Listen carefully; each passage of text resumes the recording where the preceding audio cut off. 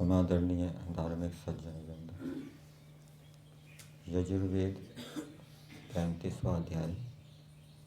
आज मंत्र संख्या 13 का स्वाध्याय किया गया। कल हमने मंत्र संख्या 12 के ऊपर विचार किया था और उस मंत्र में ईश्वर ने मनुष्यों को ये उपदेश दिया था कि तुम किस प्रकार का व्यवहार करो जिससे कि संसार के पदार्थ तुम्हारे लिए हितकारी हों। परमेश्वर सबका परम हितैषी है, सभी जीवात्माओं का हित चाहता है और जीवात्माएं जो मनुष्य शरीर के अंदर हैं उनका भी हित चाहता है। और वो हित किसके माध्यम से करता है? सृष्टि के पदार्थों के माध्यम से। और सृष्टि के पदार्थ हमारा हित करें, उसके लिए ईश्वर ने कहा कि तुम आत्मवत व्यवहार करो। और दूसरा, उन पदार्थों के गुणों को, विशेषताओं को भी जानो। दो बातें होगी, हम आत्मवत व्यवहार करेंगे और जिस सृष्टि के पदार्थ का हम उपयोग कर रहे हैं उसके गुण विशेषताओं को जानेंगे तो वो पदार्थ हमारे लिए हितकारी होगा। जैसे उदाहरण के लिए पानी है, पानी का सेवन कब करना है, कौन से स्थान पर कौन से पानी का प्रयोग करना है। कोई स्थान गर्म होता है, कोई स्थान ठंडा होता है, गर्म प्रदेश भी हैं, ठंडे प्रदेश भी हैं। तो गर्म प्रदेश में कैसे पानी का उपयोग करना है? ठंडे पानी का। ठंडे प्रदेश में गर्म पानी का। काल का भी ध्यान रखना है, पानी कब पीना है, रात को 12 बजे पीना है या सवेरे पीना है। मात्रा का भी ध्यान रखना है, कितनी मात्रा में करना है। और पानी का उपयोग हम अनेक स्थानों पर करते हैं। खेती में भी हम पानी का सेवन करते हैं। कौन सी खेती कर रहे हैं, उस खेती के लिए कब कितने पानी की आवश्यकता है, ये भी जानकारी होनी चाहिए। यदि हम धान की खेती कर रहे हैं, पानी की मात्रा कम देंगे तो वो धान की फसल अच्छी प्रकार से नहीं होगी। कुछ फसलें ऐसी होती है जिसमें अधिक पानी की आवश्यकता होती है, कुछ फसलें ऐसी होती है जिसमें कम पानी की आवश्यकता होती है। और वो पानी किस समय देना है, दिन में देना है या रात को देना है, कितनी मात्रा में देना है, ये भी सारा पता होना चाहिए। तब तो वो पानी हमारे लिए हितकारी होगा।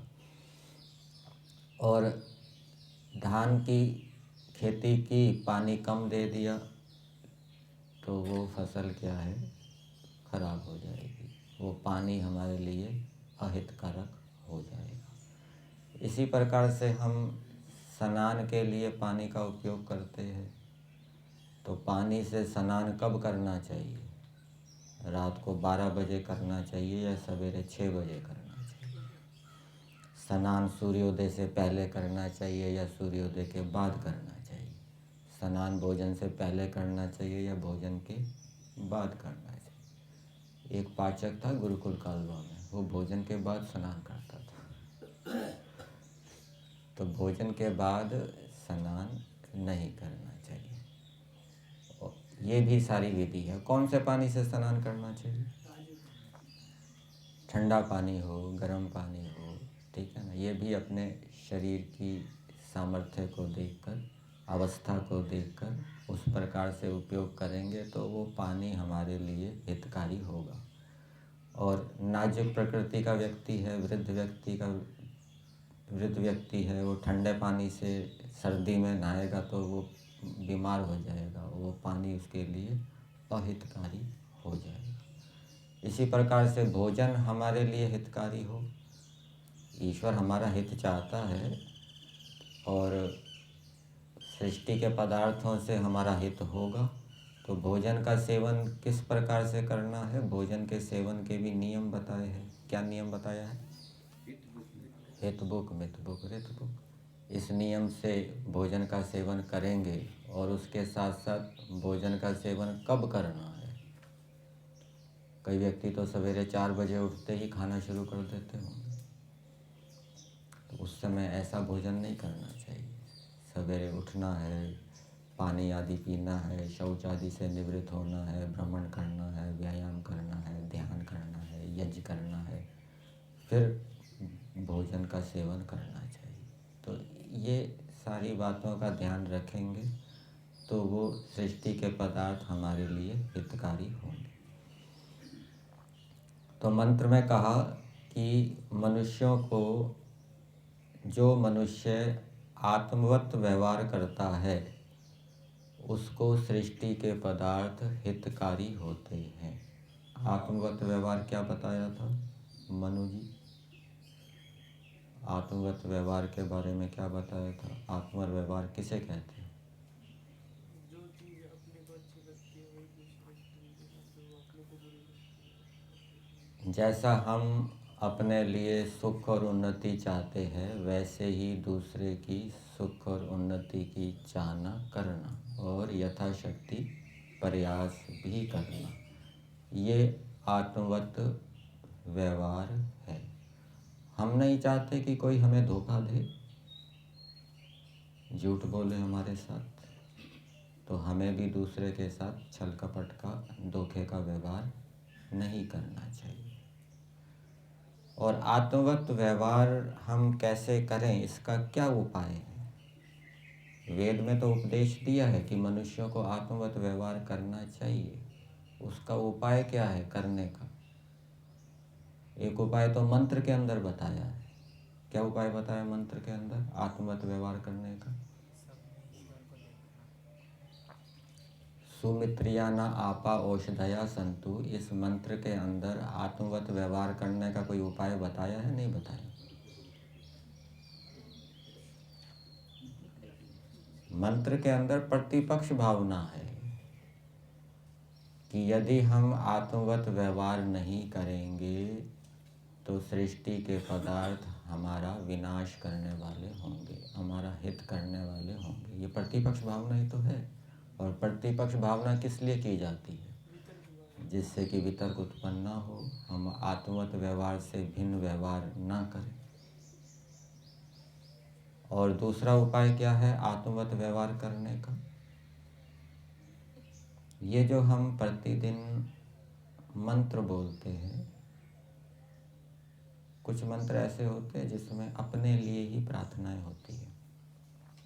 तेजोवसी तेजोमयी देहि, वीर्यमसी वीर्यमयी देहि।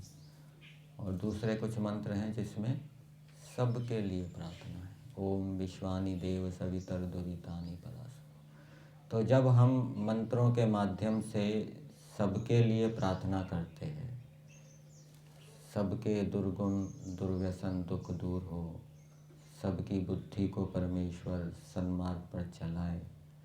तो ये एक प्रकार से हम आत्मवत व्यवहार की ओर बढ़ने के संस्कार डाल रहे होते हैं। सबके उन्नति के संस्कार नहीं होंगे तो व्यक्ति आत्मवत व्यवहार नहीं करेगा। इसलिए जो हम मंत्र बोलते हैं, अब आप गायत्री मंत्र बोलते हैं, गायत्री मंत्र बोलते समय जो बुद्धि की प्रार्थना करते हैं, अपने लिए करते हैं, सबके लिए करते हैं? सभी के लिए। हाँ जी। हमारी बुद्धि को। अच्छा, हमारी, सबकी नहीं। हमारी कौन? बहुत से ऐसे होंगे जो गायत्री मंत्र बोलते समय केवल अपनी बुद्धि की प्रार्थना करते होंगे, सबकी नहीं करते होंगे। मंत्र तो बोल रहे हैं, लेकिन प्रार्थना क्या होगी कि हे परमेश्वर मेरी बुद्धि को ठीक मार्ग पर चलाओ। लेकिन मंत्र में क्या दिया है? धियो यो नः प्रचोदयात्, हम सबकी बुद्धि को श्रेष्ठ मार्ग पर चलाओ। हम सब मनुष्यों की जो इस पृथ्वी के ऊपर रह रहे हैं या इस सृष्टि में है, तो इस प्रकार से अर्थपूर्वक प्रार्थनाएं करेंगे तो आत्मवत व्यवहार के संस्कार पड़ेंगे, फिर व्यक्ति आत्मवत व्यवहार करेगा। तीसरा उपाय क्या है आत्मवत व्यवहार करने का? हम अपने समान सबकी सुख और उन्नति चाहें। तीसरा उपाय क्या है? ईश्वर को देखें। ईश्वर सबकी सुख और उन्नति चाहता है। ईश्वर केवल अपना नहीं, ईश्वर का तो अपने लिए कुछ है ही नहीं, वो तो पूर्ण है, उसको अपने लिए कोई आवश्यकता नहीं है। आनंद स्वरूप है, अपने आनंद से युक्त है, आनंद का भोग कर रहा है। तो ईश्वर सबकी सुख और उन्नति चाहता है। इस रूप में हम ईश्वर की सगुण उपासना करेंगे तो वो गुण हमारे अंदर भी आएगा कि ईश्वर ऐसा है तो हमें भी ऐसा बनना चाहिए, हमें भी सबकी सुख और उन्नति चाहनी चाहिए। चौथा उपाय क्या है? एक तो हो गया प्रतिपक्ष भावना, दूसरा हम हो गया प्रार्थना, तीसरा क्या बताया? ईश्वर का चिंतन, ईश्वर सबकी सुख और उन्नति चाहता है। और चौथा उपाय क्या है? आत्मवत व्यवहार करने से हमें क्या क्या लाभ होगा? जब हम आत्मवत व्यवहार करेंगे तो उससे हमारा अंतःकरण हृदय पवित्र होगा, हमारे मन में प्रसन्नता होगी, उत्साह होगा। और यदि हम आत्मवत व्यवहार नहीं करेंगे तो चित्त शुद्ध नहीं होगा, अंतःकरण में प्रसन्नता उत्साह नहीं होगा। और जब चित्त शुद्ध होगा, हम आध्यात्मिक मार्ग के पथिक हैं,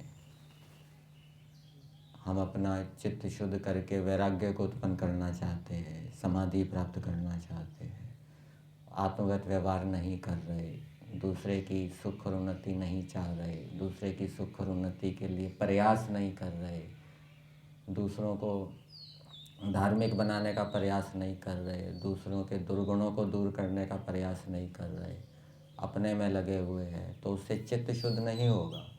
और चित्त शुद्ध नहीं होगा तो कितना ही चिंतन कर लो आप, शरीर और आत्मा की पृथकता का चिंतन कर लो, आत्मा का चिंतन कर लो, वो वैराग्य नहीं होगा। उस विषय में मन लगेगा ही नहीं, उस विषय में मन तत्पर ही नहीं होगा और हम अपने लक्ष्य को प्राप्त नहीं कर पाएंगे।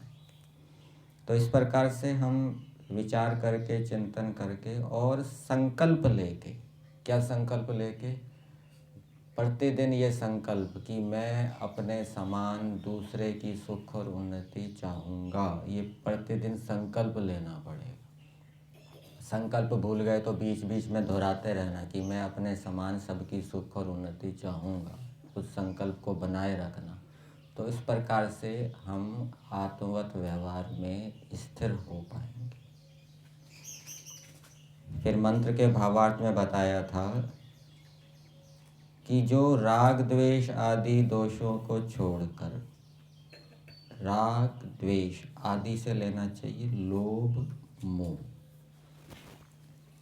यदि हम राग से युक्त हैं, द्वेष से युक्त हैं, मोह से युक्त हैं, लोभ से युक्त हैं, तो हम आत्मवत व्यवहार नहीं कर रहे। द्वेष उत्पन्न होता है, वस्तुओं के प्रति भी द्वेष उत्पन्न हो जाता है, व्यक्तियों के प्रति भी द्वेष उत्पन्न हो जाता है। और द्वेष उत्पन्न क्यों होता है, उसका कारण क्या है? अविद्या, गलत समझ, उल्टा ज्ञान। क्या उल्टा ज्ञान?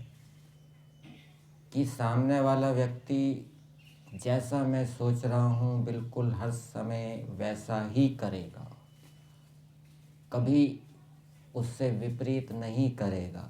ये गलत सोच द्वेष को उत्पन्न करेगी।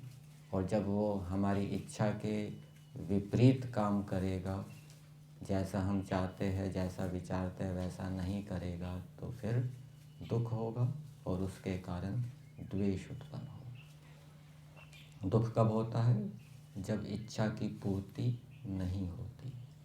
सुख कब होता है? जब इच्छा की पूर्ति होती है। हमने ऐसी इच्छा दूसरे व्यक्ति से कर ली कि वो बिल्कुल हर समय हमारे अनुकूल चलेगा, हर समय मेरा सम्मान करेगा, हर समय मेरी आज्ञाओं का पालन करेगा। और जब वो नहीं करेगा तो हमारी इच्छा की पूर्ति नहीं होगी। इच्छा की पूर्ति नहीं होगी तो दुख होगा, और दुख होने से फिर द्वेष होगा। दूसरा, कभी कभी हम सामने वाले व्यक्ति के विषय में भ्रांत धारणा बना लेते हैं कि उसने ये काम नहीं किया, जानबूझकर नहीं किया। यद्यपि उसने जानबूझकर नहीं किया होता, उसका कोई कारण होता है, उसको कोई रोग हो गया होता है, या उसका कोई सामर्थ्य नहीं होता, कारण दूसरा होता है। और हम ये मान लेते हैं कि उसने ये जानबूझकर नहीं किया, ये गड़बड़ व्यक्ति है। और फिर क्या है? द्वेष उत्पन्न हो जाता है। तो सामने वाला व्यक्ति हमारे अनुकूल नहीं चल रहा, हमारी आज्ञा का पालन नहीं कर रहा, या नियम का पालन नहीं कर रहा, या अच्छे कार्य नहीं कर रहा, तो वहाँ पर हमें प्रमाण पूर्वक विचार करना चाहिए कि उसके पीछे वास्तविक कारण क्या है। और वास्तविक कारण को नहीं जानेंगे, गलत धारणा बना लेंगे, तो उससे क्या है? द्वेष उत्पन्न हो जाएगा। और ये विचार हर समय हमें अपने मन में रखना चाहिए कि कोई भी व्यक्ति हमें पूर्ण रूप से सुखी नहीं कर सकता सदा के लिए। आज सुखी कर रहा है, कल सुखी हमें नहीं करेगा। आज सुख दे रहा है, कल सुख नहीं देगा। क्यों नहीं देगा? क्योंकि हर एक का सामर्थ्य, हर एक का ज्ञान सीमित है। जब हम ये मान लेते हैं कि सामने वाला व्यक्ति हर समय मेरे को आज सुख दे रहा है और आगे भी हर समय सुख देता रहेगा, तो ये जो विचार है ये राग को उत्पन्न करता है। और जब ये विचारेंगे कि ये आज सुख दे रहा है, आज भी पता नहीं, हर समय दे ना दे, आगे भी दे ना दे, कोई पता नहीं इसका, क्या पता इसके कोई बाधा उत्पन्न हो जाए, कोई रोग उत्पन्न हो जाए, कोई बुद्धि बिगड़ जाए, तो फिर राग उत्पन्न नहीं होगा। और फिर द्वेष भी उत्पन्न नहीं होगा। जब वो प्रतिकूल करेगा तो उससे द्वेष भी उत्पन्न नहीं होगा। तो ये जीवात्मा का चिंतन भी हमें प्रतिदिन करना चाहिए। आप में से प्रतिदिन जीवात्मा का चिंतन कौन कौन करता है? बस एक ही हाथ खड़ा हुआ। जीवात्मा का चिंतन एक, दो। ईश्वर का चिंतन तो सभी करते होंगे ना। जीवात्मा का चिंतन भी प्रतिदिन करना चाहिए। मैं जीवात्मा इस शरीर से पृथक हूँ, अजर हूँ, अमर हूँ, अविनाशी हूँ। मेरा कोई बिगाड़ नहीं सकता, मेरी कोई हानि नहीं कर सकता। ये विचार भी हमें द्वेष से बचाएगा, राग से भी बचाएगा। राग कब होता है? किसी को अपनी संतान से राग हो जाता है। क्यों? संतान बढ़ती है तो वो प्रसन्न होता है, वो संतान को अपनी आत्मा का हिस्सा मानता है और उसके बढ़ने से ये मानता है मैं बढ़ रहा हूँ, तो उससे राग होता है। और जब संतान को कोई हानि होती है, कष्ट होता है, तो उसको वो अपनी हानि मानता है कि मैं घट गया, फिर वो दुखी होता है। तो राग द्वेष का एक कारण ये भी है अपने आत्मा के स्वरूप को ठीक ठीक जानना। जो हम भोजन करते हैं, भोजन करने से कोई आत्मा बढ़ नहीं जाता। आत्मा के अंदर भोजन जाता है क्या? नहीं जाता, वो तो शरीर में जाता है। परंतु व्यक्ति क्या मानता है कि आत्मा के अंदर भोजन जा रहा है, मैं आत्मा बढ़ रहा हूँ, और इस कारण से भोजन में राग हो जाता है। अपनी विद्या में भी राग हो जाता है कि मैं जैसे जैसे मेरी विद्या बढ़ रही है उससे मैं बढ़ रहा हूँ, विद्या में राग हो जाता है। तो इस प्रकार से हमें राग द्वेष को हटाने का प्रयास करना चाहिए। ईश्वर का चिंतन भी सहायक है। क्या ईश्वर किसी से राग करता है? ईश्वर किसी से राग करता है? क्या ईश्वर ऐसी इच्छा करता है कि ये व्यक्ति हमेशा मेरे अनुकूल चलेगा, हमेशा मेरी आज्ञा का पालन करेगा? क्या ईश्वर ऐसी इच्छा करता है? ईश्वर को तत्व ज्ञान है। ईश्वर जानता है प्रत्येक जीवात्मा स्वतंत्र है, वो मेरे अनुकूल चल भी सकता है, नहीं भी चल सकता। इसलिए जब कोई प्रतिकूल चलता है, ईश्वर की आज्ञाओं का उल्लंघन करता है, तो ईश्वर उससे दुखी नहीं होता। ईश्वर जानता है। और इस कारण से कोई जीवात्मा जब ईश्वर के अनुकूल चलता है तो राग भी नहीं होता ईश्वर को। ईश्वर को पता है आज ये अनुकूल चल रहा है, पता नहीं कब कल ये चले ना चले। अभी तो इसके शरीर में सामर्थ्य है, बुद्धि है, आज अनुकूल चल रहा है, कल इसका सामर्थ्य घट गया, बुद्धि घट गई, फिर ये मेरे अनुकूल नहीं चलेगा। ईश्वर को पता है। इसलिए जो आज ईश्वर के अनुकूल चल रहा है, ईश्वर उसको देखकर उससे राग से युक्त नहीं होता और ना द्वेष से युक्त होता है। लोभ भी नहीं करना चाहिए। लोभ करना आत्मवत व्यवहार के विरुद्ध व्यवहार है। यजुर्वेद के 40वें अध्याय के पहले मंत्र में क्या आया है? माँ गृदः कस्यचित्। वहाँ पर लोभ को दूर करने का क्या उपाय बताया 40वें अध्याय के पहले मंत्र में? सब कुछ ईश्वर का सबका स्वामी। कस्यचित् धनम, ये धन किसका है? ये धन ईश्वर का है। जब हम ईश्वर का धन मानेंगे कि ये सारे पदार्थ ईश्वर के हैं, तो फिर उससे लोभ उत्पन्न नहीं होगा। और लोभ जब व्यक्ति करता है वो दूसरे के हिस्से को छीनता है अन्यायपूर्वक। क्या हम चाहते हैं कि कोई हमारा हिस्सा अन्यायपूर्वक छीने? नहीं चाहते। तो ये अन्याय करना ये आत्मवत व्यवहार नहीं है। क्या ईश्वर लोभ करता है? ईश्वर के सामने तो लोभ करने का कोई प्रसंग है ही नहीं। सारे पदार्थ ईश्वर के ही हैं। कोई किसी दूसरे के पदार्थ का ईश्वर लोभ करता हो ऐसा तो है, सभी ईश्वर का है। तो इस प्रकार से आत्मवत व्यवहार के लिए राग द्वेष लोभ मोह आदि दोषों को भी दूर करना चाहिए। और उसके लिए संकल्प भी सहायता करता है कि मैं किसी से राग नहीं करूँगा। और जीवात्मा के संबंधी तत्वज्ञान को भी बनाए रखने पड़ता है। संध्या के मंत्र में भी द्वेष को दूर करने का उपाय बताया है। कौन से मंत्र में बताया?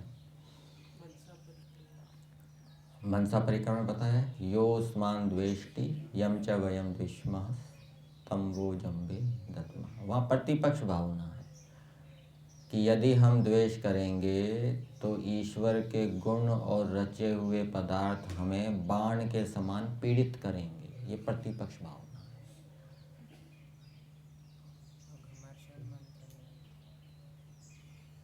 वहाँ द्वेष को दूर करने का उपाय बताया। ठीक। तो सृष्टि के पदार्थ हमारा हित करने वाले हों, उसके लिए हमें धार्मिक बनना पड़ेगा। धार्मिक बनने के लिए हमें अपने समान सबकी सुख और उन्नति चाहना और उसके लिए प्रयास भी करना चाहिए। अलग अलग प्रकार के व्यक्ति हैं संसार के अंदर, अलग अलग मत संप्रदाय हैं, परंतु वेद क्या कहता है? वेद ये कहता है कि सबकी सुख और उन्नति चाहो, उसके लिए प्रयास करो। ठीक है।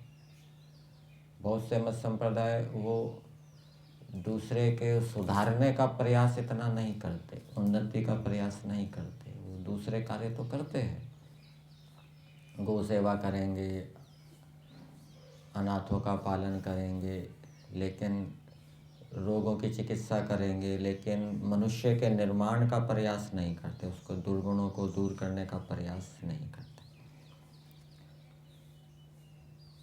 फिर भावार्थ में एक बात और बताई थी, मनुष्यों को चाहिए कि धर्मात्माओं के साथ प्रीति और दुष्टों के साथ निरंतर अप्रीति करें। धर्मात्माओं के साथ प्रीति करनी चाहिए, अर्थात उनकी संगति करनी चाहिए। और संगति करने से क्या होगा? वो धर्मात्माओं की विशेषता, धार्मिकता हमारे अंदर आएगी।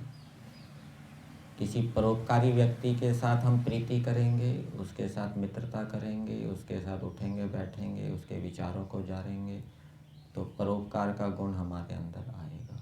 किसी विद्वान के साथ मित्रता करेंगे, प्रीति करेंगे, उसके साथ उठेंगे बैठेंगे, उसके विचारों को सुनेंगे, तो हमारे अंदर विद्वता आएगी। और दुष्टों की संगति नहीं करनी चाहिए, उनसे अप्रीति करनी चाहिए, लेकिन उनका हित और कल्याण चाहना चाहिए।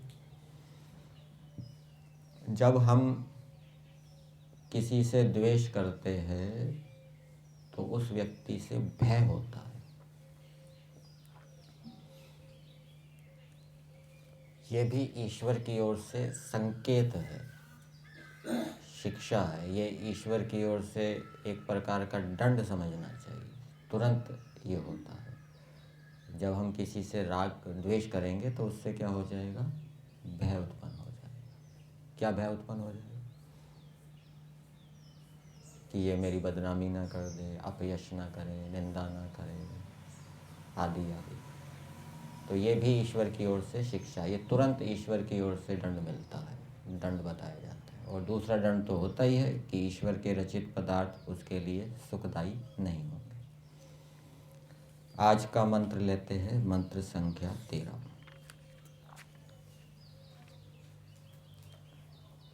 अनड्वाहम अन्वारभामहे सौरभेयं स्वस्तये स न इंद्र इव देवेभ्यो वह्निः संतरणो भव। स्वस्ति वाचन आप पढ़ते हैं, स्वस्ति शब्द आता है। स्वस्ति का अर्थ क्या होता है? सु अस्ति, वर्तमान अच्छा हो, अर्थात सुख। स्वस्ति का अर्थ होता है सुख। तो इस मंत्र की भूमिका में महर्षि दयानंद जी लिखते हैं, कौन मनुष्य कार्यों को सिद्ध कर सकते हैं।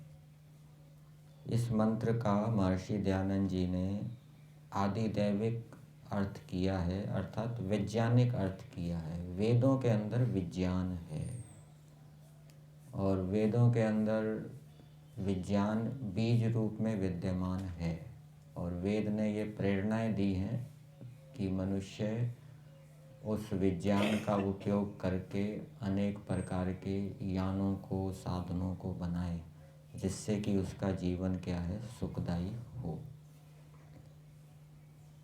आजकल जो 400-500 वर्ष में विज्ञान की बहुत उन्नति हुई है, लेकिन उससे पहले भी हमारे भारतवर्ष में विज्ञान था।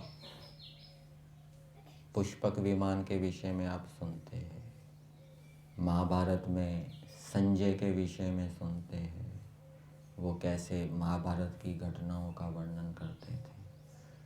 और हनुमान जी कौन सी औषधि को लेकर आए थे? संजीवनी बूटी को लेकर आए थे। और प्लास्टिक सर्जरी आदि भी बताई जाती है, पहले थी हमारे यहाँ। और मिसाइल आदि भी थे, जैसे आजकल मिसाइल है, पहले भी मिसाइल जैसे थे, जैसे आग्नेय अस्त्र, ब्रह्मास्त्र आदि, तो पहले भी विज्ञान था। भाषा बदलने से विद्या नहीं बदल जाती। ये जितने भी विद्वान वैज्ञानिक बन रहे हैं, किसी ना किसी से पढ़ के बने हैं, और जिससे पढ़े हैं वो और पीछे किसी से पढ़े, वो और किसी से पढ़े। भारत से ही सारी विद्याएं दूसरे देशों में गई और फिर उन्होंने उसका विचार किया, प्रसार किया। तो ये दूसरी बात है, किसी की बुद्धि मलिन है तो उसने गलत दिशा में उसका उपयोग किया, अच्छी प्रकार से यंत्रों का निर्माण नहीं किया, अच्छे उपयोगी यंत्रों का निर्माण नहीं किया।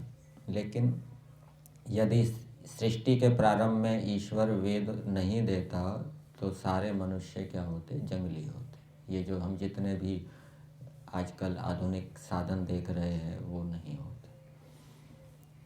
तो मंत्र के अंदर अनडवाहम बैल का उदाहरण दिया है। कहीं मंत्रों के अंदर औषधि का दृष्टांत दिया जाता है, कहीं बैल का दृष्टांत दिया जाता है, कहीं सूर्य चंद्रमा का दृष्टांत दिया जाता है, कहीं विद्युत का दृष्टांत दिया जाता है, कहीं पृथ्वी का दृष्टांत दिया जाता है कि पृथ्वी के समान धैर्यशाली बनो। यहाँ बैल का उदाहरण दिया है और बैल की संस्कृत है अनडवाहम। अनडवान शब्द है, उसको बैल कहते हैं। इसका निर्वचन किया है यो अनांसी शकटानी वहती, जो गाड़ियों को ढोता है। ढोने का मतलब एक स्थान से दूसरे स्थान पर ले जाता है, उसको बैल कहते हैं। तो बैल के समान वर्तमान कौन? बैल के समान वर्तमान कौन? अग्नि। जैसे बैल गाड़ी को एक स्थान से दूसरे स्थान पर ले जाता है, वैसे ही जो अग्नि होती है वो भी हमारी स्कूटी, फोर व्हीलर आदि को एक स्थान से दूसरे स्थान पर ले जाती है। अग्नि ऐसी है, बैल के समान। तो ये यहाँ पर संकेत दे दिया कि बैल के समान अग्नि का भी तुम इस प्रकार से उपयोग कर सकते हो जिससे कि वो तुम्हें दूसरे देशांतर ले जाने में सहयोगी बने। बस आगे अब बुद्धि दे दी है ईश्वर ने, ईश्वर उसका उपयोग, मनुष्य उसका उपयोग करें बुद्धि का। और वो बैल कैसा है? सौरभेयम। गाय की एक संस्कृत होती है सुरभि। गाय के लिए कई शब्दों का प्रयोग होता है, धेनु, गो, और धेनु, गो, सुरभि शब्द भी होता है। तो सुरभि गाय के लिए आता है, और सौरभे हो गया सुरभि की संतान। ये बैल क्या है? ये गाय की संतान है। तो गाय की संतान जो बैल है उसके समान जो अग्नि है, उस अग्नि को स्वस्थये, सुख के लिए, अन्वारभामहे, यान बना के उनमें प्राणियों को स्थिर करें। तो अग्नि का उपयोग हम यान में हम कर सकते हैं, ये संकेत दे दिया, और उसके माध्यम से हम सुखों को प्राप्त कर सकते हैं। बहुत दूर जाना है तो यदि हमारे पास यान है, रेल यान है, वायुयान है, उसके माध्यम से हम दूसरे स्थान पर शीघ्रता से पहुंच सकते हैं। ये सुख है। देर से पहुंच रहे हैं, कठिनाई से पहुंच रहे हैं, ये दुख है। हम क्या चाहते हैं? हम यही चाहते हैं कि किसी भी स्थान पे जाएं, सुखपूर्वक जल्दी पहुंचे जाएं। फिर आगे दिया है स न इंद्र इव देवेभ्यो वहनी। अग्नि के लिए यहाँ पर वहनी का प्रयोग किया है, क्योंकि वो अग्नि के अंदर जो हम आहुति डालते हैं, जो पदार्थ डालते हैं, उनको सूक्ष्म करके वो दूसरे स्थान पर पहुंचा देती है। तो वो अग्नि विद्युत के समान अन्वारभामहे, वह अग्नि शीघ्र पहुंचाने वाला अग्नि, देवेभ्यो हम विद्वानों के लिए, संतरणः सम्यक मार्गों से पार कराने वाला होता है। उस को हम आपके लिए बिजली के तुल्य होवे। तो यहाँ पर एक बिजली का दृष्टांत दिया है।